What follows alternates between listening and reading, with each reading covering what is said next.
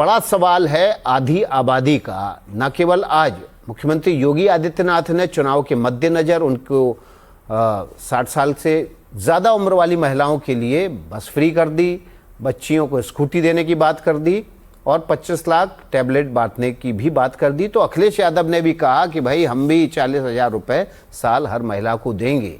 तो ये चुनावी सौगात है, चुनावी सौगात महिलाओं पर सीधे सीधे निशाना है और आधी आबादी महिलाओं से ही है। तो इन महिलाओं को टारगेट किया गया है। संजय चौधरी, आपकी सरकार के 10 साल होने जा रहे हैं, चुनाव से पहले अभी भी सौगातें देनी पड़ रही हैं। देखिए, भारतीय जनता पार्टी लगातार उत्तर प्रदेश में जो ऐसा हुआ है जो थोड़ा पीछे है उसके लगातार कदम चला रहे हैं। हमने इसके पहले इस उत्तर प्रदेश में रहने वाले विकलांग के लिए, विधवाओं के लिए, निराश्रित महिला के लिए, बुजुर्ग के लिए उन पेंशन की राशि को दोगुना किया है। अभी लगभग महीने पहले हुआ है। उसके उत्तर प्रदेश की जो सबसे बड़ी समस्या थी जिसमें स्वाभिमान था, महिलाओं की सुरक्षा के लिए पिछले 10 साल में उत्तर प्रदेश का जो योगी आदित्यनाथ जी का देखना है कि हर सुरक्षित है और उसके सम्मान के साथ कोई भी उसके साथ समझौता नहीं है। संजय चौधरी जी, आपकी आवाज इको हो रही है। आप अपने वहां के ऑडियो को बंद कर लीजिए। अगर आपके आसपास कोई टीवी चल रहा है तो उसको बंद कर लीजिए, क्योंकि आपकी आवाज 2 बार यहां पर आ रही है। आपके पास लौटेंगे तब तक आप इस खामी को दूर कर लीजिए। आरएलडी के हमारे साथ देखिए राष्ट्रीय महासचिव मल्लुक नागर जी बने हुए हैं, उनका रुख कर लेते हैं। मल्लुक नागर जी, आप तो एनडीए का पार्ट हैं।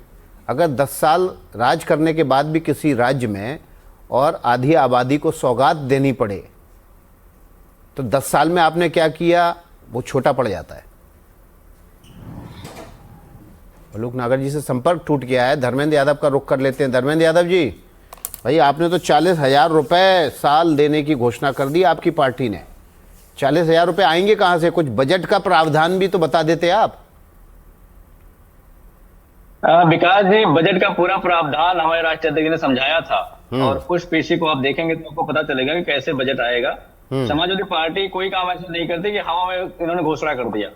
हमने 22 लाख युवाओं को लैपटॉप बांटे थे जब 12 से 17 की सरकार में थे। उस समय भारतीय जनता पार्टी के बहुत नेता भी लैपटॉप के बारे में नहीं जानते होंगे, लेकिन हमने युवाओं को लैपटॉप दिया उस समय और 22 लाख लोगों को दिया। उत्तर प्रदेश में हमने 50 लाख महिलाओं को समाजवादी पेंशन योजना का लाभ दिया। ये समाजवादी पार्टी है।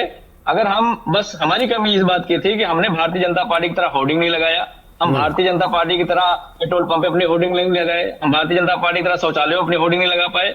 लेकिन जो हमने काम किया, हमारे 5 साल के काम को अगर भारतीय जनता पार्टी अपने 10 साल के काम के बराबर कह दे तो हम इस बात को मान लेंगे कि भारतीय जनता पार्टी ने कुछ किया है। अब रही बात स्कूटी देने की, तो 10 साल तक भारतीय जनता पार्टी और योगी आदित्यनाथ एक स्कूटी अपने लिए पहले खरीद लें, तब उसके बाद इस देश की बेटियों को स्कूटी देने की बात करें। तो भारतीय जनता पार्टी के जो खोखले वादे हैं वो पूंजीपतियों को फायदा पहुंचाने के अलावा दिन रात इनके पास कोई रिसर्च नहीं है। आप हाईवे बनाएंगे तो ये सोचेंगे पूंजीपति को कैसे फायदा हो जाए, आप कोई और काम करेंगे तो सोचेंगे पूंजीपति को कैसे फायदा हो जाए। आज महिलाओं के बस की सौगात जो दे रहे हैं योगी जी, मैं तो कहता हूं 2 किलो चीनी भी दे दीजिए। आपने घर में चाय पीने के लिए आदमी को मोहताज कर दिया, नमक पे 3 रुपया बढ़ा दिया। आपने सिलेंडर देने का वादा किया था, 5 साल पूरे हो गए, एक भी सिलेंडर दिया किसी को? तो इस देश की महिलाएं, देश की आधी आबादी, उत्तर प्रदेश के लोग हर बात को समझते हैं कि भारतीय जनता पार्टी झूठ का पिटारा खोलती है। चुनाव आने से पहले इनके यहाँ मंथन होता है, मंथन के बाद झूठ जो निकल के आता है वो झूठ को एक रैपर में डाल के परोसा जाता है ताकि देश की और प्रदेश की जनता को गुमराह किया जा सके। लेकिन उत्तर प्रदेश की जनता बहुत समझदार है, इस बात को जानती है कि भारतीय जनता पार्टी के पास झूठ के अलावा कुछ नहीं बचा। जो 10 साल में कुछ नहीं कर पाया तो घोषणा से क्या कर सकता है? बहुत सारी इनकी घोषणाएं थी। इनकी घोषणा थी हम अगर 14 दिन में किसानों को गन्ना भुगतान नहीं कर पाएंगे तो ब्याज देंगे, आज तक ब्याज नहीं दे पाए। इनकी घोषणा थी कि हम 2 करोड़ रोजगार देंगे, आज तक 2 करोड़ रोजगार नहीं दे पाए 1 साल में। इनकी घोषणा थी हम किसानों की आय दोगुनी करेंगे, आज तक नहीं कर पाए। इनकी घोषणा थी कि हम 2024 तक हर गरीब को पक्का मकान देंगे, वो आज तक नहीं कर पाए। ये जितनी भी घोषणाएं इनकी थी, चाहे महिलाओं के लिए थी, चाहे किसानों के लिए थी, चाहे गरीबों के लिए थी, आज तक ये पूरा नहीं कर पाए। 10 साल हो गया। अब एक नई घोषणा लेकर आ गए हैं कि हम स्कूटी देंगे। तो मैं कह रहा हूं कि अभी स्कूटी दे दीजिए। अभी कौन सा टाइम बच रहा है? अभी 3-4 महीने बच रहे हैं, तो अभी आप स्कूटी दे दीजिए, अभी आप लैपटॉप दे दीजिए, अभी आप टैबलेट दे दीजिए। जब आप पैसे भी हैं, आपके पास देने का मन भी है, तो चुनावी साल आते आते ही क्यों घोषणा करते हैं? इस बात को बताइए आप। ठीक है। 69,000 शिक्षक भर्ती के बच्चे ठीक है धर्मेंद्र यादव जी, जी सजेशन ले लेते हैं। संजय चौधरी जी, पहले ही दे दीजिए ना, बस यात्रा जैसे शुरू कर दी, स्कूटी भी दे दीजिए, टैबलेट भी दे दीजिए, किस्सा ही खत्म। भाई जिससे पहले ही देंगे, हम लगातार देते रहे। अगर हमने हर घर में शौचालय बनाया है तो उसका लाभ महिलाओं को ही है। अगर हमने आवास दिए हैं तो उसका मालिकाना हक हमने महिलाओं को ही दिया है। अगर हमने उत्तर प्रदेश में रहने वाली विधवाओं की पेंशन दोगुनी करने के बाद उन देने का काम किया है।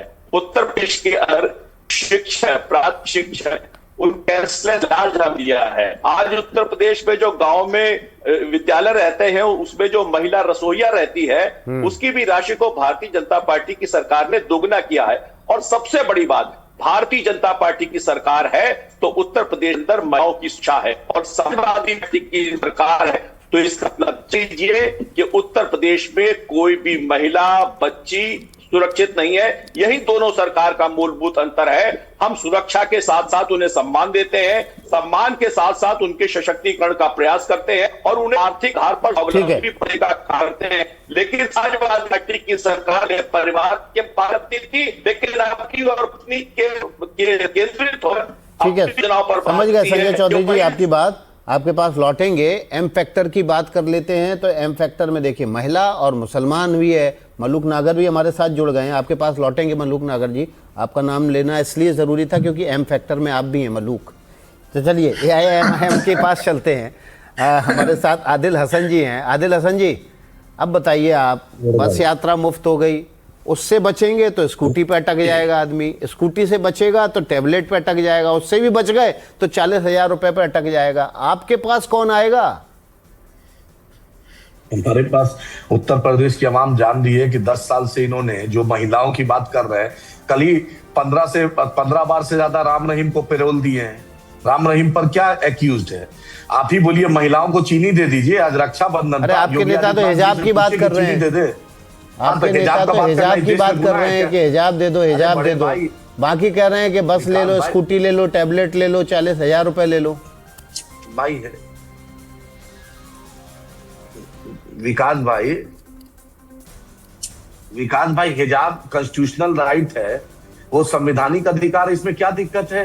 उस हाई कोर्ट जज के खिलाफ हम सुप्रीम कोर्ट जाएंगे। जज साहब बैठ के उनको जो मशवरा आता है, दिमाग में आया दे दे। इस देश में सुप्रीम कोर्ट है, इस देश में right to freedom of expression है, right to freedom of speech है। हम जो कह रहे सबरीमाला वाले जजमेंट में तो जज साहब कुछ नहीं बोलेंगे, उसका जजमेंट रुका रहेगा, उस पर भाजपा ही कुछ नहीं बोलेंगे। मेरा फेथ का मामला है, मेरे फेथ के मामले में आप क्यों पढ़ते हैं? हर बात में उत्तर प्रदेश में 110 से ऊपर NSA लगा था, जिसमें 95 से 96 NSA को हाईकोर्ट ने खारिज किया। स्कूल बोलिए ना, अभी CGP की वो चल रहा है, स्कूल उत्तर प्रदेश योगी सरकार में हिम्मत है तो सब अपना स्कूल दिखा दे। पूरे भारत में सबसे ज्यादा स्कूल बंद हुआ है तो उत्तर प्रदेश में योगी आदित्यनाथ की सरकार में हुआ है। आप ही बतलाइए। यति नरसिंगा हमारे प्रॉफिट की शान में गुस्ताखी की, आज प्रधानमंत्री ट्वीट कर रहे हैं मिलादुन नबी पे। नागर जी से पूछिए, जयंत चौधरी जी, अजीत चौधरी जी या चौधरी परिवार से, जितने बड़े परिवार से वेस्टर्न यूपी से आते हैं, क्या यति नरसिंगा पर कार्रवाई नहीं होनी चाहिए? हमारे प्रॉफिट की शान में गुस्ताखी किया, बतलाइए। इन R&D का क्या स्टैंड है? सरकार में है, ये तो माइनॉरिटी की बात करते थे। आज जयंत चौधरी से पूछिए कि यति नरसिंगा गाजियाबाद पे आए, वेस्टर्न यूपी पर क्यों नहीं उत्तर प्रदेश सरकार कार्रवाई कर रही है? मुसलमानों को जो गाली देगा उसको घर पे आप 50 साल 80 साल 100 साल पुराने मदरसे और मस्जिद को ढा रहे हैं, बुलडोजर चला रहे हैं, जबकि दारुल देवबंद पूरे हिंदुस्तान में जंगी आजादी में सबसे अहम रोल अदा किया है। नदवा का रोल है, मुबारकपुर का रोल है। तो मदरसा से जंग आजादी के खिलाफ एक तहरीक निकली थी, हमने हुब्बुल वतनी के लिए हिंदुस्तान जिंदाबाद के नारे दिए थे, हमने फजले हक खैराबादी दिया था, हमने तो देश के लिए जब भी वीर अब्दुल हमीद उसी उत्तर प्रदेश के, जब भी देश को जरूरत पड़ी हमने दिया, तिरंगा दिया। हम इनकी तरफ थोड़ी है पंच ऑफ थॉट में मनुस्मृति को लाने की बात किए थे और संविधान को बेकार कहा था। पूछ लीजिए भाजपाइयों से। अरे नवाज शरीफ क्या मोदी बिरयानी खाने गए थे? जिन्ना के बाजार पे अडवाणी गए थे। मुसलमानों के मुद्दे पर कोई नहीं बोलता। हम तो चाहते हैं खुल के अखिलेश जी भी बोले, माइनॉरिटीज इश्यू पे बोले। हमारे घर बुलडोजर चलते हैं, मॉब लिंचिंग होता है, हर दिन दाढ़ी टोपी के नाम पर ज्यादती होती है, बोलिए कोई नहीं बोलने वाला है। अमित शाह जी बोलते हैं भगौड़ा। सबसे बड़ा शेख हसीना को तो, बांग्लादेशी को तो आप जेट प्लस सिक्योरिटी देके बहन बना के रखे हुए, भेजिए उसको दूसरे मुल्क में। आप क्यों सरकार खर्चा कर रही है? भारत सरकार भागकर मुसीबत आप क्यों खड़े हुए हैं? जो ठीक है बांग्लादेशी आदिल हसन जी, इनको आपके पास आता है, लौटेंगे। ये मलूक रखे नागर जी, भारत इतने सरकार इल्जाम की लगा है। दिए, इतने इल्जाम लगा दिए, लग रहा है कि अभी बीजेपी का सफाया कर देगी AIMIM, RLD का, देखिए, NDA का। देखिए विकास भाई, अब तक दो बातों पे बात आई है, एक महिलाओं की, एक मुसलमानों की बात। समाजवादी मुसलमानों की बात करे ना करे डरे ये जाने, कांग्रेस मुसलमानों की बात खुल के करे ना करे ये जाने। मुसलमानों के लिए हम सीधा कह रहे हैं, आपके नेशनल टेलीविजन पे संविधान के अनुसार जहां जरूरत पड़ेगी मुसलमानों के साथ खड़े हैं। दूसरा, महिलाओं की स्कूटी बांट दी, 40,000 बांट दिए, सपा ने कर दिया डिक्लेयर, NDA ने कर दिया डिक्लेयर, ये अलग विषय है, बराबर बराबर सब करते रहें। ये इसका इम्पैक्ट क्या होगा क्या नहीं होगा ये भविष्य में बात आएगी। लेकिन असली बात जो है महिलाओं की वो ये है कि इस देश के 147 करोड़ की आधी आबादी, 73.5 करोड़, और उसमें महिला आरक्षण और परिसीमन बिल जिसमें 255 महिला सांसद बन सकती हैं, और कांग्रेस सबसे बड़ी पार्टी सो कॉल्ड इंडिया गठबंधन की, उसमें सबसे बड़ा परिवार गांधी परिवार, उसमें 2 महिला, दोनों की दोनों MP, और बाकी 255 महिलाएं 73.5 करोड़ में से जाएं, जो लेडीज सपना देख रही थी पूरे के पूरे देश में, दिवालियां मन रही थी, त्योहार मन रहा था कि ये बिल पास हो जाएगा, हम MP बनेंगे, MLA बनेंगे, MLC बनेंगे, राज्यसभा MP बनेंगे, उनके सपने चूर चूर कर दिए। तो इस देश की 73.5 करोड़ महिलाएं और यूपी की आधी महिलाएं 100% ये जानती हैं कि राजनीति में जाने का रास्ता कांग्रेस और उसकी साथी पार्टियों ने रोका है। कैसे वोट मिल जाएंगे इनकी? तो जो डबल M में आप महिला आधी आबादी ले रहे हो, वो आधी आबादी तो 100% मोदी जी के नेतृत्व में NDA में और यूपी में योगी जी के साथ NDA के साथ खड़े हैं।